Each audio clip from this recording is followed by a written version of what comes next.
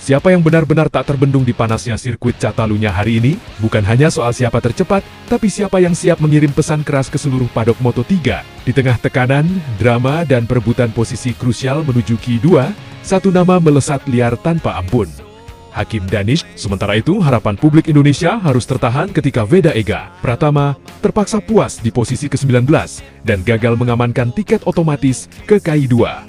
Apa sebenarnya yang terjadi di sesi free practice yang panas ini? Sesi pre-practice di sirkuit Catalunya memang selalu jadi penentu nasib. Trek yang panjang, kombinasi tikungan cepat dan lambat, serta suhu lintasan yang terus berubah membuat banyak pembalap kesulitan menemukan setelan ideal. Namun berbeda dengan yang lain, Hakim Danish tampil seolah menyatu dengan motornya. Sejak menit-menit awal, ia langsung menancapkan waktu kompetitif. Setiap lap yang ia catat bukan sekadar cepat, tapi konsisten. Itulah yang membuat namanya perlahan naik ke puncak timing screen dan bertahan di sana. Hakim terlihat sangat percaya diri saat memasuki sektor pertama yang flowing.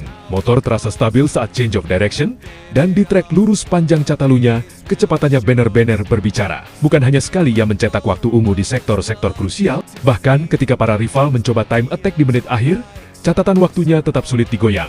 Ia seperti memberi pesan. Hari ini, dia bukan sekadar ikut bersaing, dia datang untuk menguasai.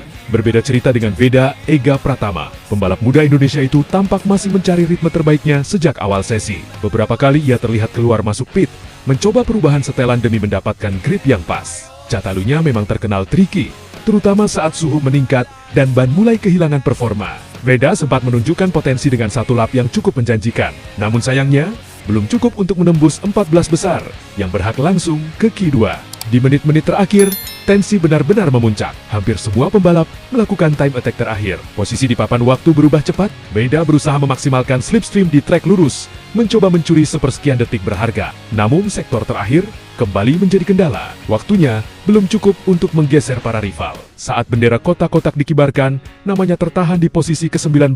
Hasil ini tentu menjadi pekerjaan rumah besar. Gagal lolos langsung ke Q2 berarti Veda harus berjuang lebih keras lewat sesi Q1.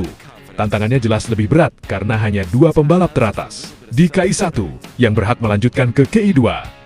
Artinya, tidak ada ruang untuk kesalahan sedikit pun. Start position di grid sangat krusial di Moto3, terutama di Catalunya yang terkenal dengan rombongan besar dan pertarungan slipstream di lap-lap awal. Sementara itu, sorotan tertuju pada Hakim Danish yang tampil nyaris sempurna. Kecepatannya bukan hanya soal satu lap cepat, tapi juga ritme balap yang menjanjikan. Jika performa ini berlanjut hingga kualifikasi dan balapan, ia berpotensi menjadi ancaman serius bagi para unggulan. Kepercayaan dirinya terlihat jelas dari body language di atas motor tenang, presisi, dan agresif di momen yang tepat. Namun Moto3 selalu penuh kejutan. Pre-practice hanyalah awal dari rangkaian panjang akhir pekan. Setelan bisa berubah, cuaca bisa berbeda, dan strategi tim bisa menentukan segalanya. Pertanyaannya sekarang, mampukah Hakim mempertahankan dominasinya saat tekanan makin besar di Q2? Dan yang lebih membuat penasaran, bisakah Veda bangkit dari posisi sulit dan menciptakan kejutan besar lewat jalur Q1? Catalunya baru saja memulai dramanya. Satu pembalap menggila dan tak terbendung. Satu lagi harus menelan kekecewaan sementara. Tapi di Moto3, cerita belum pernah benar-benar selesai sebelum lampu start padam. Dan justru dari posisi terjepitlah seringkali lahir kejutan terbesar. Kita tunggu, apakah akhir pekan ini akan jadi panggung dominasi atau panggung kebangkitan yang tak terduga.